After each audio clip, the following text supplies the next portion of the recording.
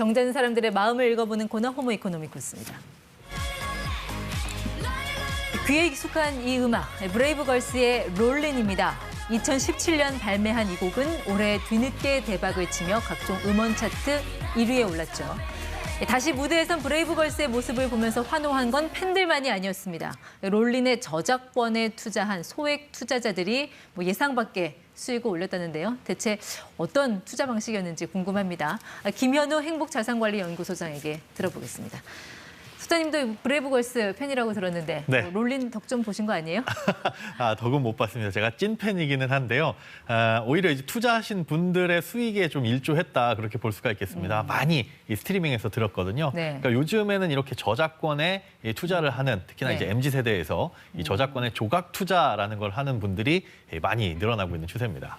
조각하니까 뭔가 이렇게 좀 잘게 나눈다라는 의미인 것 같은데 네, 그렇습니다. 구체적으로 어떤 투자 방식을 이야기하는 거예요? 지금 말씀해 주신 대로 이제 쪼개는 건데요. 여기 뭐 화면에 피자가 나오지만 내가 이 피자 한 판을 다 먹기도 네. 부담스럽고 또 사기에도 너무 비싸다 하다면 뭐 친구들과 돈을 모아가지고 네. 피자 한 판을 살 수도 있는 거잖아요. 그런 식으로 사서 이걸 잘게 쪼개가지고 조각으로 나눈 다음에 내가 돈을 낸 만큼만 가져가는 이게 이제 조각 투자라고 보시면 됩니다. 그러니까 공동 구매, 피자를 공동 구매한다면 네. 이제 투자 대상도 이렇게 피자처럼 공동 투자. 그리고 수익은 조각조각 쪼개가지고 나눠 가진다. 이게 네. 조각 투자의 개념이라고 보시면 그럼 됩니다. 우리가 앞서 본 그 롤린의 조각 투자를 했다라는 거는 네. 뭔가요? 그럼 롤린의 그 저작권료를 나눠서 소액으로 갖는다. 그 지분을 그런 네, 의미인가요? 그렇습니다. 이 저작권을 직접 사오는 거는 아닌데 그것과 거의 비슷하다. 네. 이렇게 보시면 될 것 같아요. 엄밀히 따지자면 이 저작권료를 받는 권리를 가져온다. 이렇게 보실 수가 있는데요. 네.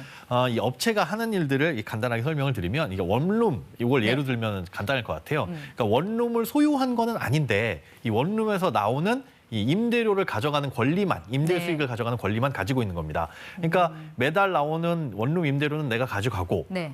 이 임대료를 이 임대료를 가져가는 권리도 뭐 다른 사람한테 팔 수도 있어서 네. 실제로는 그럼 원룸 가지고 있는 거나 마찬가지 아니냐라고 볼 수는 있겠는데 이 소유권이 없다 보니까 이 원룸에 뭐 도배를 한다거나 네. 뭐 리모델링을 할 권리는 없는 거죠. 그렇죠. 즉 이걸 저작권료로 다시 예를 들자면 저작권을 갖고 있지는 않기 때문에 네. 이걸 제3자한테 판다거나 네. 아니면 이걸 상업적으로 이용할 수는 없으나 여기서 나오는 저작권료는 내가 가지고 있다. 이렇게 이해를 하시는 게 편할 것 같습니다. 그러니까 저작권료라고 하면 그 이해 당사자가 네.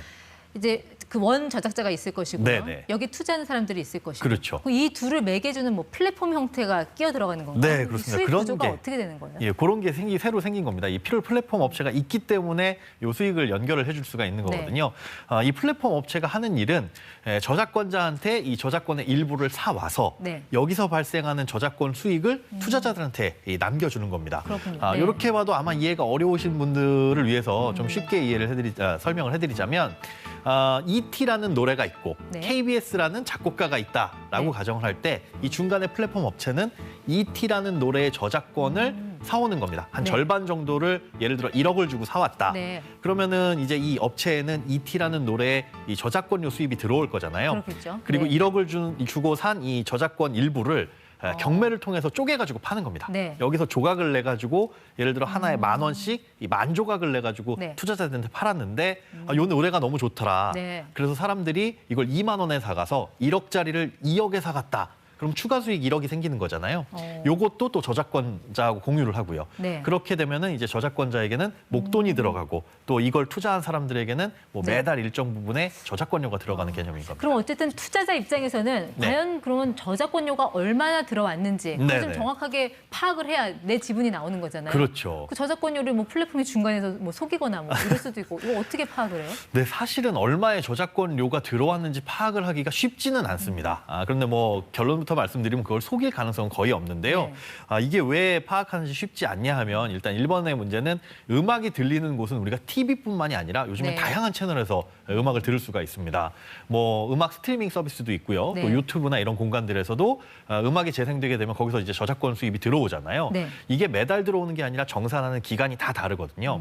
이 수입이 들어오게 되면 이걸 사실 저작권을 갖고 있는 이 플랫폼 업체가 가져가는 게 아니라 네. 중간에 신탁 업체가 있습니다. 이게 법적으로 여기에 맡겨놓게끔 되어 있기 때문에 네. 여기로 들어오게 된 거를 나중에 배분해주는 구조라 사실은 중간에서 플랫폼 업체가 이걸 거짓말을 한다거나 속일 네. 가능성은 거의 극히 드물다 이렇게 보시면 됩니다. 사실 노래라는 거는 시간이 지나갈수록 좀 예. 가치가 떨어지는 경향이 많잖아요. 그렇죠. 나중에 이거 제값 주고 못 팔 수도 있을 것 같은데. 네, 정확한 지적입니다. 사실은 지금 막 유행을 하더라도 2, 3년 뒤에는 사람들이 안 들으면 저작권 수입도 안 들어오고 그러면 내가 갖고 있는 저작권료 이 수입권을 다른 사람한테 팔 때도 별로 인기가 없으면 네. 제값을 못 받고 파는 경우들도 있어서 지금 당장의 수익률이 높다고 해서 덜컥 투자하기에는 조금 좀 유의를 하실 필요도 이 있습니다. 노래를 얼마나 많은 사람들이 들을 것인지를 좀 예측하는 안목도 갖고 있어야 되겠네요. 네, 그렇습니다. 이런 조각 투자가 네. 이 음원 말고요. 어디까지 대상이 확대가 돼 있어요? 지금은 굉장히 다양해졌습니다. 요즘은 플랫폼 업체가 많이 생기다 보니까요. 좀 전에 말씀드린 이 저작권뿐만 아니라 뭐 네. 예술품도 있고요.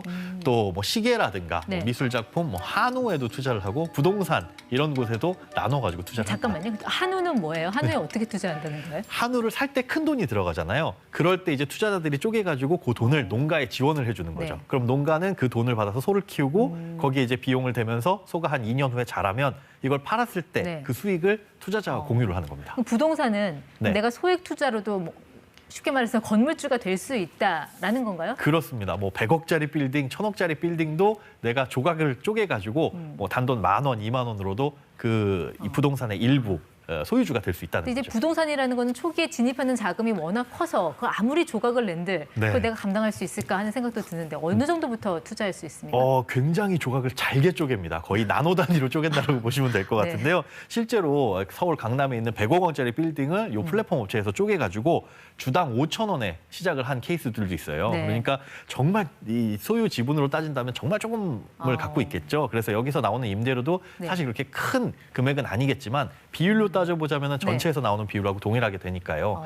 이런 것들도 소액으로 투자를 할 수 있는 방법들이 얼마든지 이제 생겨났습니다. 부동산 투자라는 거는 기본적으로 이제 쌀 때 사서 뭐 예. 비싸게 파는 거 이건 뭐 당연한 원칙인 것 같은데 그렇죠. 그러면 건물 가격이 오르면 그때 내 지분을 팔아서 그 차익을 남길 수 있다는 건가요? 크게 수익은 두 가지입니다. 그러니까 매달 들어오는 임대소득을 뭐 매달 주는 건 아니겠지만 일정 부분 뭐 분기라든가 아니면 반기라든가 이렇게 쪼개가지고 투자자들한테 그 네. 임대 수익을 배당해 주는 경우도 있고요. 말씀하신 것처럼 100억 원에 산 부동산이 나중에 건물 가치가 올라서 뭐 200억 원이 됐으면 10,000원 주고 산 이 조각이 네. 2만 원의 가치가 될 수도 있는 거잖아요.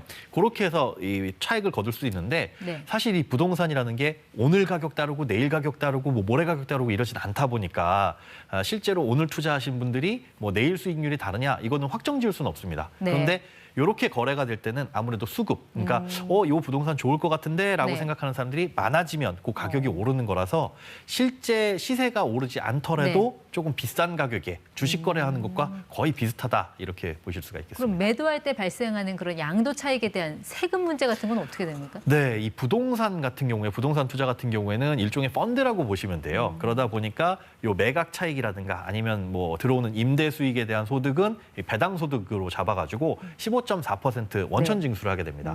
물론 이 배당 소득도 연간 2천만 원이 넘어가게 되면 이 다른 소득과 합산하는 네. 이 금융소득 종합과세 대상이 된다라는 거는 유념해 두셔야 되겠습니다. 조금 전에 거의 뭐 약간 과장된 표현이긴 하지만 나노 단위로 이제 네. 소액 투자자들을 이제 모집을 한다고 들었는데 예. 그러면 내가 원하는 시점에 이 건물을 팔 수 있을까요? 그렇게 주주들이 많으면 이거 다 동의를 어떻게 다 끌어냅니까? 맞습니다.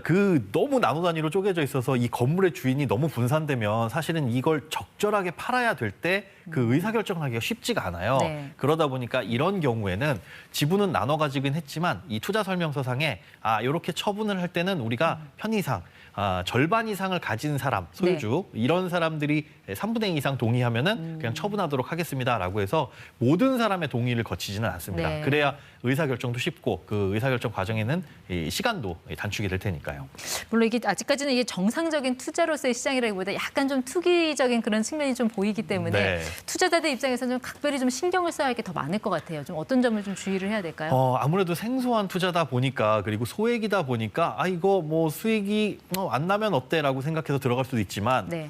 뭐 1,000만 원이 들어갔을 때 10% 수익 손해가 나는 거나 100만 원이 들어갔을 때 10% 손해가 나는 거나 그 손해율은 똑같은 거거든요. 그래서 이 부분에 있어서 가격 변동성에서 마이너스를 볼 가능성도 얼마든지 있다라는 거는 유념을 해두셔야 되고요. 네. 당연히 뭐 예금자 보호라든가 예금이 아니기 때문에 이런 대상도 안 된다는 거, 변동성은 얼마든지 있다는 것과 네. 그다음에 아까 말씀드린 세금적인 부분, 요것도 15.4% 배당 소득세를 과세하는 부분이 있는가 하면 22% 기타 소득세를 내는 부분도 있으니까 요 세금과 비용들도 잘 따져보셔야 네. 됩니다. 조각 투자도 뭐 손실이 나든 수익이 나든 본인 책임이라는 거 그만큼 네. 신중하게 접근해야 된다는 말씀까지 듣도록 하겠습니다. 호모이코노미코스 김현우 소장 함께했습니다. 고맙습니다. 네, 고맙습니다.